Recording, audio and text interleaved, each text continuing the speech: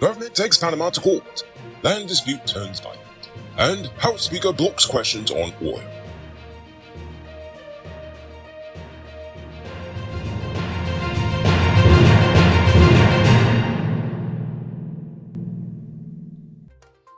I'm Enrico Bulford, and this is Uncut News. News and news happening. Send us a tip on WhatsApp at 592-659-615. Over $1 billion Ghana remains outstanding for rice supplied on credit to authorities in Panama by the former APNU AFC government in 2018. The current PPP administration will soon move to international chambers of arbitration in France, as the rice was, quote, abandoned in Panama, and creditors were never pursued. The rice agreement between Ghana and Panama is in serious problems, and millers were withholding hundreds of millions in commissions to the GRDP in the absence of payment for the rice sent to Panama. Recently, the president announced that 800 acres of land will be developed into the Enmore industrial zone, which will accommodate both light and heavy industrial and commercial activities. The first 250 acres are already being worked on, and the remaining 500 acres are to be developed for industrial, commercial, and light commercial activities. The Enmore industrial zone will be connected to the main East Coast Highway and will create numerous economic opportunities and as many as 4,000 jobs, according to the president. The zone will be situated on land formerly used by Gaisuco. Now for elections-related news. The European Union's 2020 Election Observer Mission has sent technical experts to Ghana to assess progress on electoral reforms ahead of the 2025 general elections. The experts will hold high-level talks with stakeholders, including the media, and make recommendations on campaign finance legislation, procedures for tabulation and declaration of results, and fostering transparency and accountability in campaigning. The EU's work in Ghana includes strengthening democratic institutions, promoting good governance, and combating corruption.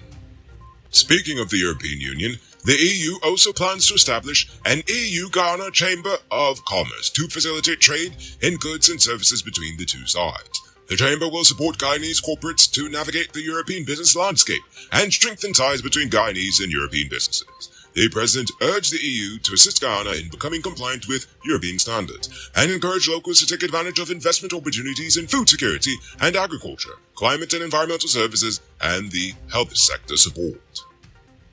And in other EU-related news, Frans Timmermans, the executive vice president of the European Commission, is set to visit Ghana, making it the highest-level visit from the EU to Guyana to date. The European Union delegation in Guyana is focusing on sustainable development, with emphasis on the forest, the savanna, and biodiversity. The EU supports nations like Guyana in protecting its tropical forests, which play a crucial role in mitigating climate change. Now for national security and crime news. Ghana's new ID card is being developed by a German company, Veridos, and it will be the first in the world to carry cutting-edge technological features, according to the president. The card will register biographic and biometric data, offer fingerprint verification, and allow for the integration of a variety of services. The system will focus locally on an integrated identification system across government agencies and the private sector, whilst sharing data internationally. The card will be produced at Veridos' facility with full European Union security level clearance and will be backed by laws to protect data and privacy. Whatever that means. Keep your truck running smoothly this rainy season with high-quality parts from Powered Automotive. They stock parts from all the top brands, including Freightliner, DAF, International, and all models of Cummins engines. Visit them at Lot 491 EE Eccles or call or WhatsApp them on telephone number 697-0171. Save big on truck parts at Powered Automotive, the #1 heavy-duty truck parts store in Guyana. Tired of waiting on hold, tracking down a delivery driver, or carrying cash for your food orders? GT Eat is here to make your life easier. Guyana's first cashless food ordering and delivery app. Choose from Georgetown's top restaurants, pay securely with your card, and get your food delivered right to your doorstep. With the convenience of being able to order from your phone and the added feature of tracking your order, GT Eats is the ultimate solution for all your food needs. Download the app on Apple and Android stores and start ordering the easy way today. A land dispute in Fairfield Essequibo Coast turned violent today, resulting in 4 people being hospitalized after a shooting. Contractor Mohammed Fawaz Bacchus is currently in custody for shooting at least 4 individuals at the site. The shooting was reportedly related to a long-standing land dispute. 3 females and 1 male were injured in the incident. During the shooting, a female named Rajkumari Rukmin went live on Facebook and recorded the incident. In the video, backers are seen open fire towards Rukmin and the others present. The suspect has since been arrested by the police. 24-year-old Brian Richards has admitted to killing teacher and actor Kerwin Mars, also known as Sir Mars, outside of Plantation Providence on 7th of May. A post-mortem revealed that Mars died from crush injuries to the chest and multiple stab wounds. Richards claims that he and Mars had a disagreement after drinking a case and a half of beer at a bar, and that Mars struck him with a knife before exiting his vehicle. The case has been sent to the Director of Public Prosecutions for advice. Ramjatan has expressed concern that Guyana is unaware of the security issues plaguing the nation, as there has been no meeting of the Parliamentary Oversight Committee on the security sector in 3 whole years. He believes that the opposition is unable to effectively scrutinize the sector without the committee. Ramjatan also questions the accuracy of crime statistics, citing underreporting and the possibility of manipulation. He calls for the Home Affairs Minister to do more to improve the operations of the security forces and enhance public safety and security. I was going to make a joke about, not being able to see the crime, but that one was a little too easy, so. Now for today's oil update.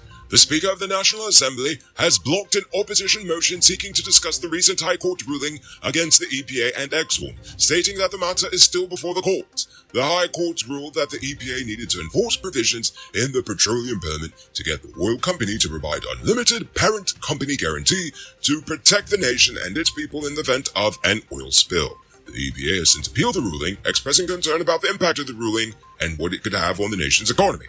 The opposition has criticized the government for appealing the ruling.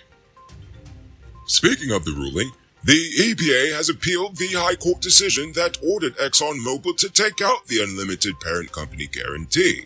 The Attorney General, Anil Nandalal, defended the appeal, stating that the government's national interest is earning money from the oil sector to finance a 5-year national development plan and build a diversified economy.